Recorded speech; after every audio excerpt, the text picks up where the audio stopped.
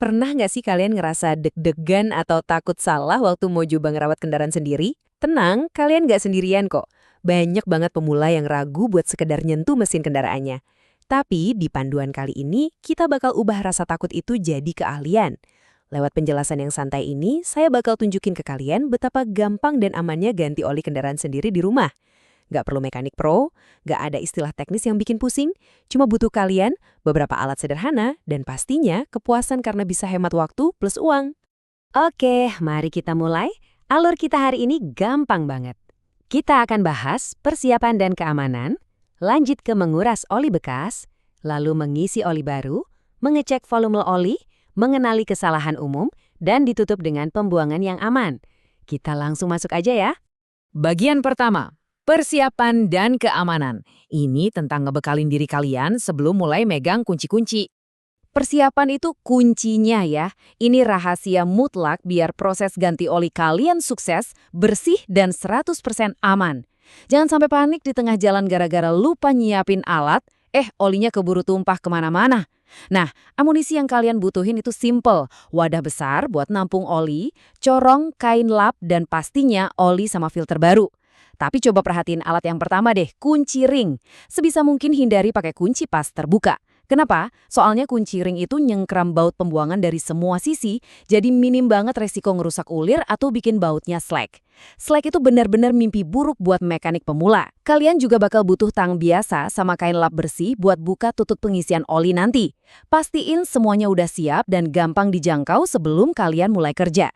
Terus masalah keamanan tempat kerja nih. Kalian nggak boleh nyepelain posisi kendaraan. Kalau kalian parkir di jalanan yang miring atau cuma pakai standar samping, itu bahaya banget. Nggak cuma berisiko kendaraannya jatuh, tapi cairan oli di dalam mesin juga ikutan miring. Efeknya apa? Oli bekas nggak bakal terkuras habis, dan waktu kalian ngukur oli baru nanti, hasilnya nggak bakal akurat. Jadi, selalu pastiin kendaraan ada di permukaan yang benar-benar datar dan pakai standar tengah. Nah, poin yang krusial banget itu soal suhu mesin. Jangan pernah ganti oli pas mesin lagi dingin banget, karena olinya masih kental dan kotorannya ngendap di bawah. Tapi, jangan juga pas mesin lagi panas-panasnya. Biarin mesin yang panas itu mendingin dulu sekitar 3-5 menit. Kenapa waktunya spesifik banget? Karena ini tuh titik pasnya. Olinya masih cukup hangat dan encer biar lumpur kotorannya gampang ngalir keluar. Tapi, mesinnya udah lumayan adem, jadi ulir baut nggak memuai. Dan yang paling penting, tangan kalian aman dari risiko kena luka bakar. Masuk ke bagian kedua, menguras oli bekas. Saatnya ngeluarin yang lama. Di tahap ini, sejujurnya kalian nggak butuh skill khusus, cuma butuh sabar aja. Taruh wadah persis di bawah baut pembuangan, terus pelan-pelan buka bautnya di bagian bawah mesin. Begitu olinya mulai ngalir, kalian mundur dikit dan biarin gravitasi yang kerja. Nah, di sini saya mau bongkar mitos yang serem banget kejadian. Jangan pernah pakai kompresor angin buat maksa sisa oli keluar. Serius, jangan. Bukannya makin bersih, tekanan udara tinggi itu malah bisa niup debu sama pasir dari luar buat masuk lebih dalam ke ruang mesin. Biarin aja olinya netes sampai habis alami. Kalau udah selesai, bersihin bautnya dan pasang lagi yang kenceng. Lanjut ke bagian ketiga nih, mengisi oli baru. Waktunya masukin yang baru. Selamat, kalian udah ngelewatin bagian paling kotornya. Sekarang kita masuk ke fase ngisi pelumas baru. Ini gampang banget, tapi ingat ya, cek dulu buku manual kendaraan buat mastiin kapasitas oli pastinya.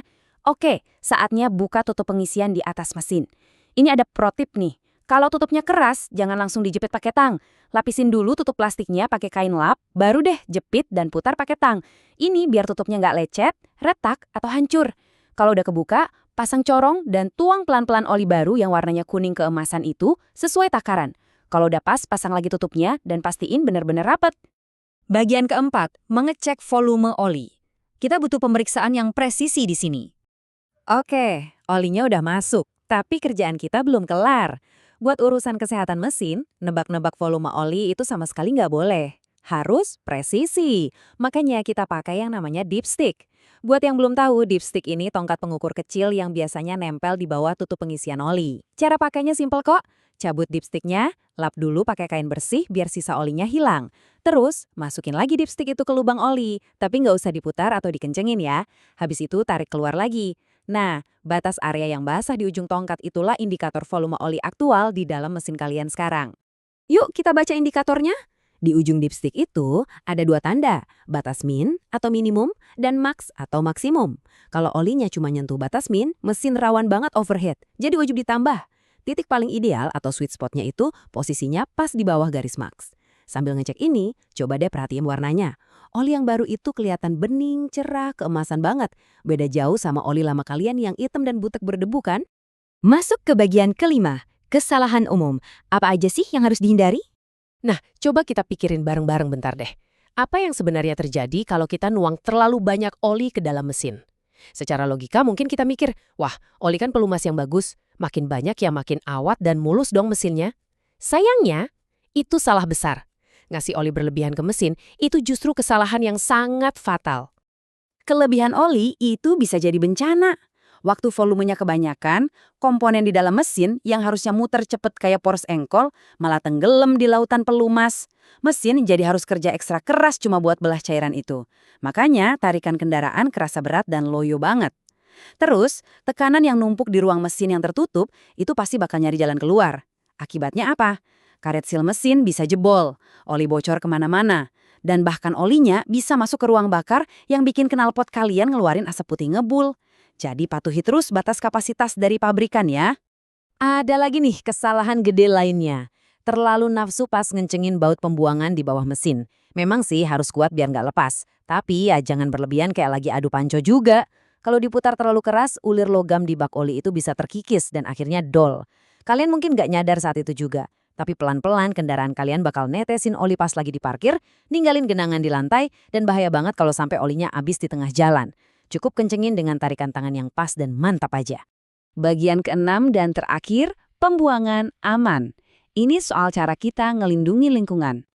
Ini nih tahap krusial yang paling sering dilupain atau dicuekin orang-orang. Pembuangan. Oli bekas itu bukan sekedar cairan kotor biasa loh. Secara hukum, ini masuk kategori limbah B3, bahan berbahaya dan beracun. Buang oli bekas ke selokan, ke sungai, atau asal siram ke tanah kosong, itu benar-benar nggak bisa diterima. Ekosistem lingkungan kita bakal rusak parah kena polutan ini. Tapi tenang, solusi buat masalah lingkungan ini gampang banget kok. Masih ingat botol-botol kosong dari oli baru tadi kan? Jangan dibuang. Pakai corong buat mindahin oli kotor yang hitam dari wadah penampungan kalian, langsung masukin ke botol bekas oli baru itu. Terus tutup yang rapat, selesai deh masalah nyimpen cairan beracunnya. Nah, simpan botol itu, terus pas kalian lagi keluar rumah nanti, mampir aja ke bengkel terdekat dan kasih ke mereka.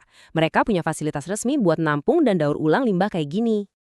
Selesai deh. Kalian baru aja berhasil belajar gimana caranya ganti oli sendiri dengan aman, bersih, dan pastinya benar. Ini bukan cuma soal ngirit duit 100-200 ribu ya, tapi juga soal kepuasan, nambah rasa percaya diri, dan makin ngerti sama kendaraan kalian sendiri. Jadi, saya mau ninggalin pertanyaan provokatif ini buat kalian. Sekarang, setelah kalian jago ngelewatin rintangan ganti oli ini, kira-kira tugas perawatan mudah apa lagi ya, yang selama ini kalian bayar mahal ke orang lain, padahal bisa banget dikerjain sendiri. Teruslah penasaran, selamat mencoba di rumah, dan sampai jumpa di panduan kita berikutnya.